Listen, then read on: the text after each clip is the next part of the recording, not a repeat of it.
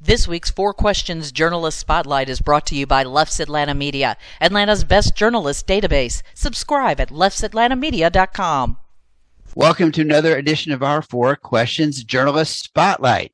We are talking today with Brooks Baptiste, who is a trending news anchor for the Wake Up Atlanta morning show on CBS 46. How you doing, Brooks? Hey, I'm great. Thank you so much for having me. Good. And I got the title right? I want to make sure I got that right. You all right, cool. I do a little bit of everything. So it's from trending news to feature stories to consumer. I mean, if it can be done, I probably do it. Well, and that's the way it works, right? All right, so let's do this first. So I want you to give me a little background first about who you are, and because you're kind of new to the station, so kind of talk to us about kind of how you got to the station. What was the road? Yeah, so I'm actually very new to the station. I've only been here a couple of months now, and really it's been a somewhat insane journey. And I haven't lived many places. I've actually only worked in one market prior to this, but I worked there for about 5 years, which I was at the NBC and ABC station in Jacksonville, Florida. That happened to be my hometown. That also happened to be the station that I grew up watching. So as you can imagine, there was a lot of hometown support. And one of the things I always like to tell people is when I was in elementary school, I had the dream of someday being on TV, didn't know exactly in what capacity it was going to be, but I was our morning news anchor there in elementary school. And we took a trip to my first station that I worked at. And I remember looking at one of the screens when we were there, and I was like, I'm going to be on that screen someday. I didn't know what I was speaking into existence, but obviously it did because it happened. And when I was a college student, that was where I really started to develop a lot of different things, learning how to be an MMJ and really just learning how to shoot, edit, voice, front, anchor, report, a little bit of everything. Yeah. And then, of course, getting into the actual industry, I worked again, for that station, for the NBC and ABC station there. And then I came here. I guess the trick is not to get to your new station and say, I used to watch, to say to the other anchors, I used to watch you when I was like 5 years old on TV. Like, yeah, thanks for making me feel like a dinosaur. Right. I see that there's I saw that on one of the other stations the other day. Was it yours or somebody else? A young reporter said, yeah, I used to, talking to the anchor, said, I used to watch you when I was in grade school. And he kind of looked at her like, yeah, thank you very much. Right.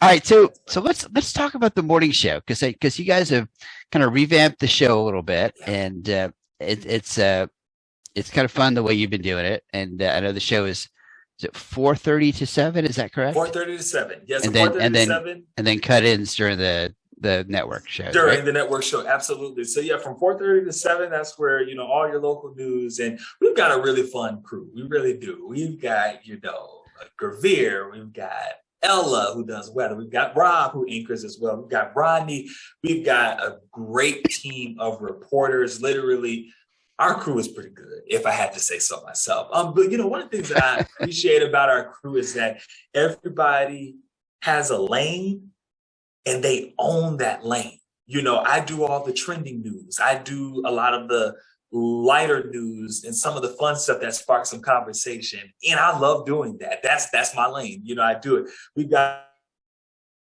our other folks who really do so much, whether it be hard news, and they own that. They get out there. One of the other things that I do as well is when we have breaking news that comes into the newsroom, before we can get a reporter out, to the scene or whatever, I'll usually be live at our breaking news desk, which is in our newsroom where we've got, some information. Even if it's not that much information, I'm going to tell you what we do know at this time, and then of course let you know that we've got a crew headed to the scene. I was going to say you're the somebody's getting there. Somebody's on the way. Yeah. Here's what we know. Here's what we know now. Yeah, exactly. And if something's breaking overnight and it's just that big, and I get to, kind of own that and handle that as well. So our crew, this morning show has had a lot of different looks, but in the last year or so, which is when Wake Up Atlanta was birthed, that's where they kind of brought in this new crew. Now, I wasn't a part of the original Wake Up Atlanta crew, sure. But I got added a couple of months ago, and that team, they have welcomed me with open arms. Even during my audition, to figure out if I was even going to be able to be a part of the team. They kind of welcomed me with open arms. So just a great group of people every morning who really just try to make morning news fun, because that's how you're supposed to want to wake up.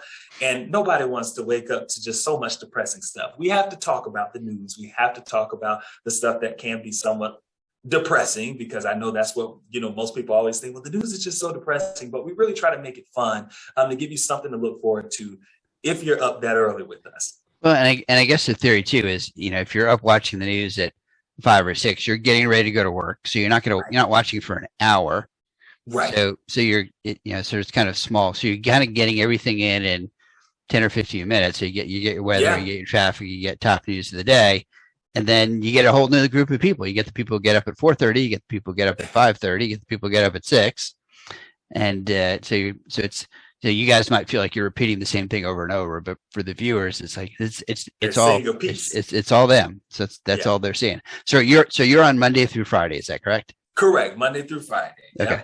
All right, and then I know Megan Packer does the weekend morning. Weekends, show. yeah, yeah. All right, so and I guess I want to give credit. So who's the producer for the morning show?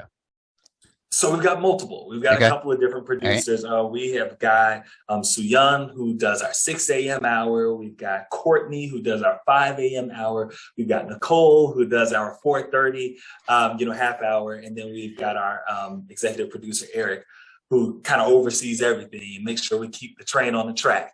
And he's going to let us know if we don't. So, it's a team effort for sure. Good. Well, I like to give credit to the people who are, behind the scenes kind of, they make it look so easy for the anchors and reporters. Oh, look, the graphics came up. It's like, somebody's actually doing that, who's been up since, 2 o'clock in the morning, trying to getting that stuff together for you. Yeah, absolutely. So it looks smooth and seamless at 4:30 a.m. when it pops up there, right? Yeah, right. Thank God for the producers, because without them, we'd all be in trouble. I'll just leave it at that. Yeah, no, absolutely. So what time do you have to get in there for a 4:30 show? So usually I'm in about 3:30-ish, 3 o'clock. I work very fast though. My sleep is very important to me. So I sometimes the night before you can kind of prepare for some things. And there are other days where it's just so fresh. One of the things we've learned in the news is that there's a cycle. And the thing is, the average person who's up at 4:30 in the morning probably didn't see what was going on at 11 o'clock last night. Absolutely. So there may be moments where there was a great story at 11 o'clock at night that you can kind of repurpose or freshen up, or maybe you can have new information or new details to bring. And that's the main thing of the morning show. We want to give you the newest details that we have. Even if you've heard a piece of the story, there may be something new that you haven't heard that came out overnight, or something that came out late last night, really just catching the viewers up on all of that. But you're absolutely right. If someone is watching at 5 a.m., then they probably were in bed by let's see, you guys have a 9 o'clock and then an 11 o'clock. Yeah. So maybe they watched. They probably didn't make it past 9. I can tell you that. They might have watched they might have watched your 9 o'clock on Peachtree TV, but probably not. Probably didn't stay up for the 11. Unless they're like, I really don't need a whole lot of sleep. Like 3 hours, I'm good. What do I need 8 hours of sleep for? Yeah. So somebody has hey, I got a great story for Brooks. I got a great segment. What's the best way to reach you? Oh man, email me. I'm actually more of a fan of social media now. Okay. We get so many emails into the newsroom every day, and everybody's on 9 million different lists. So we get a lot of emails into our inbox that have nothing to do with us. So it's easy for those to get lost. But one of the best things I do, if there is a story, and I'm a huge fan of community-based storytelling. I said this even before I came here. I said, my job is never to knock on the door of a mom who just lost their child in a tragic way and ask them, how are you feeling? Because we know how that mother is feeling. Right. But if there's a story to tell behind the son, who that son was, and that son who may have lost his life in a tragic accident, can we spend some time really talking about, not necessarily the accident itself, but the hands-on things that he was doing in the community?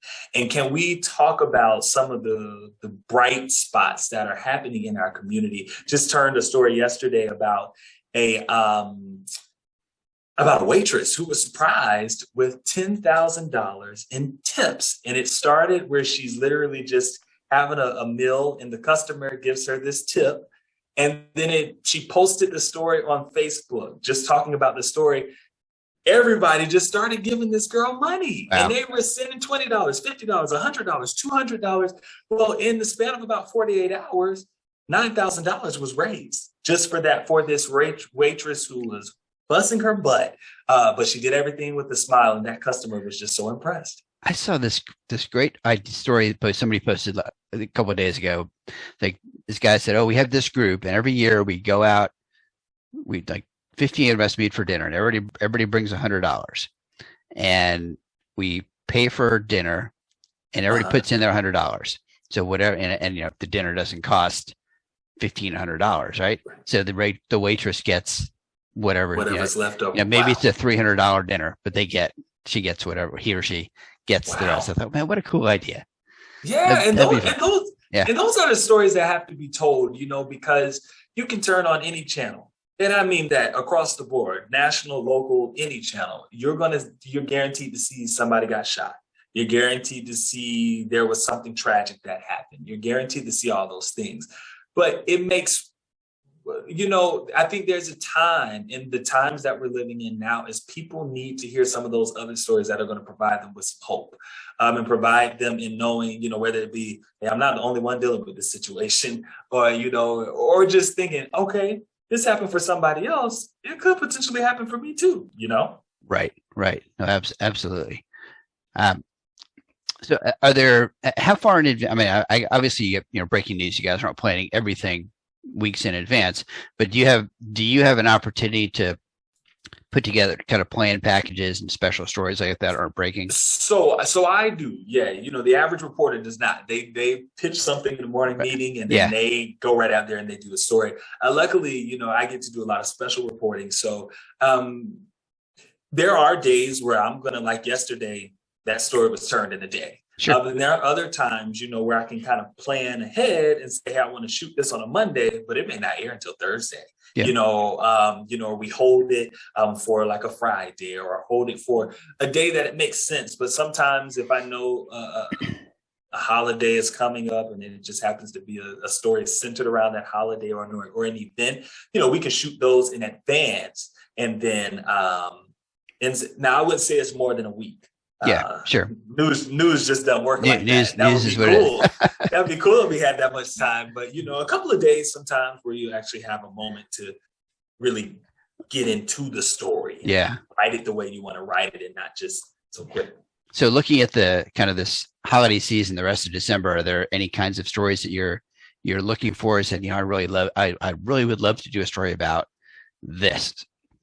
Yeah, if there are stories of, people showing kindness, I can never get, if there are stories of people doing big donations and stuff like that for the holiday season, and they, don't want to be anonymous, even though the majority of them usually like to, any of those stories. If there's a kid out there that is saving up, they've saved up all their money all year just to give other kids toys, I want to tell those stories. Yeah. Those are stories that, deserve to be told. And while, again, a lot of people like to remain anonymous when they're donors and when they're doing things, and I respect that. But then there are times where sometimes I think I have the ability to talk to them and just listen to them. And sometimes that's all people really want. They don't want necessarily the recognition, but they're just like, but I'm okay with somebody listening. And we take them on that journey, the viewers. Right. I mean, I like doing stories, especially this time of year, about kind of small businesses, because, there's so many small business owners that are, and this time of year is their lifeblood, right? They sell,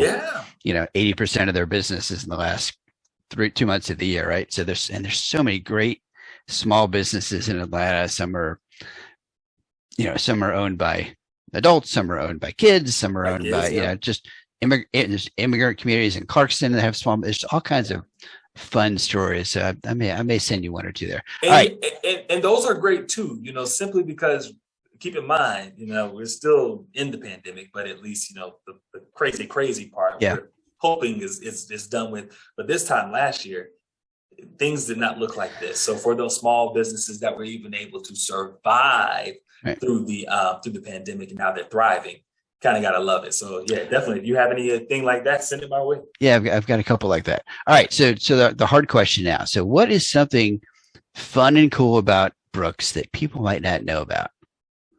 So people in Jacksonville, they knew this, but people in Atlanta, I have not told this. And I've been really, start fresh. I have not told people that that I sing, and I do, and I've been singing for a long time. Actually, I started I started college as a voice major.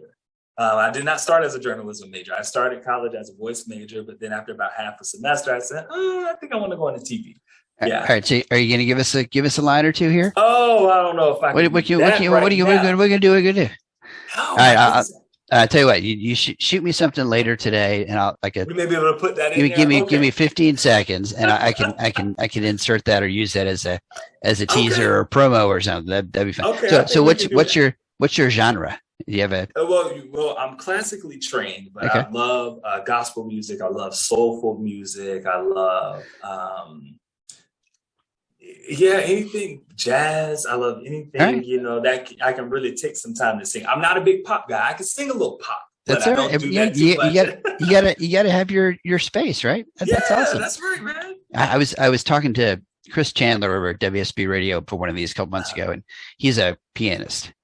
So he gave me a little bit of audio of him playing the piano, and I kind of inserted that in there. It was kind of fun. I may be able to do that too. I play piano. That's my first instrument. All right. Well, I'll let you choose. I can do. Singing or piano or both. Okay. So lightning round now. So either the last book you've read or the last podcast you've listened to that you want to talk about. Just to mention. Say, hey, I love this one. Last book I've been reading. Haven't finished it yet. It's called Crazy Faith by Pastor Mike Todd. A very good book, and definitely something that really will give you a push, a faith-driven push, and sometimes we all need that. So it's been crazy just about how you really have to just even have the faith in yourself. You can't even work in this industry and not have some form of confidence. We all have our moments where we're just not that confident, but you were put here on earth for a reason, and you figure out what that purpose is, and then you live in that purpose. And that's what I've been learning a lot of. All right. Very good. Okay. Favorite local restaurant. And I know you're new to town. So what have you found so far? Tin Lizzie's. Does that count? Tin Lizzie's not bad. Have you tried the Silver Skillet? I have not. Am I missing out? That's like 20 feet from your station. All right. You got to find that. Okay. I'm assuming it's still open. I think it is. Okay, it's right on 14th Street, kind of near. So right by me. Yeah. You go if you're going towards the expressway, it's on the right. Okay, I'll have to check that out. All right, check that out. Okay, favorite guilty pleasure. Ice cream. All right, and flavor. Butter pecan. Butter pecan. Okay, did you find a place here in Atlanta that you like? Not other than like a chain place. Okay. So no, not really. All right. I'm trying to, I'll have to, our listeners will be sending you some ice cream suggestions, I'm sure. Please. All right. You'll be inundated. Okay. Is there a local getaway? And this could be in Georgia or maybe back in Jacksonville, somewhere you like to go. Savannah. Savannah. Okay. Savannah's beautiful. That's good. Savannah's beautiful. Yeah. All right. I like the Golden Isles. I'm a fan of the St. Simon's, that kind of thing. All right. Favorite non-work hobby. Non-work hobby. The gym. All right. I don't know if that counts as a non-work hobby. I don't know if that's a hobby either. Yeah, that doesn't count. Wait. What about well, when it's hot outside, I like to be by the pool. Yeah. All right. Is that really a hobby though? Is that just what you do? Unless you're competitive swimming, maybe. I don't know. Do you now you're singing. Are you singing anywhere now? Singing at church or anything? Or I have not. No, not since I've been in Atlanta. I'm telling you, I've been trying to keep that. I know you're new here. We're gonna hook you up. We can find you an a cappella group or something. Yeah, maybe so. Let's see. That'd be fun. I'm trying to think if anybody else. Adam Murphy. Does Adam Murphy sing? I can't remember. Does Adam sing? No, he doesn't. I don't think he does. Yeah, I don't think Adam. But we could say Adam sings and see what he does. Put together maybe you. I'm thinking you and Adam, Gervier, and Gervier, and who else? Maybe Megan. Get a little quartet together. Let's throw us all in there. Let's make it happen. I think there you go. All right, I'm working on that. All right. Anything else about the station or the show, about your role that we haven't talked about? I like to kind of end with that open-ended question there. I'll just say this. This is a very exciting time to be a part of CBS 46. There's no secret. We just got bought out not too long ago, right? Literally in the last week or so. So there are a lot of things that are going to be happening that a lot of us are just really excited about. Now, I wish I could tell you, but I can't tell you what's going on. But I can tell you this. But I can't tell you this, that, people, the viewers, are really going to get maybe something that they weren't getting in the last few years.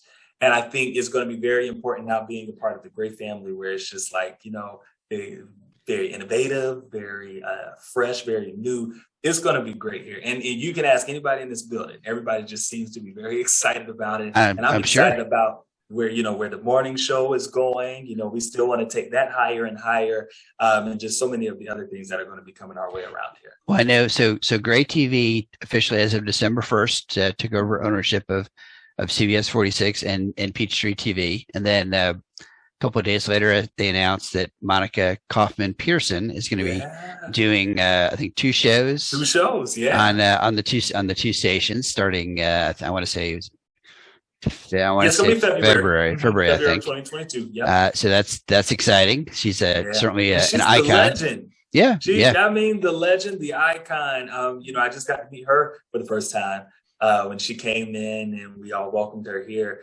And I'm like, there she is. That's her. That's her right there. It's just always fun, because you don't really get starstruck.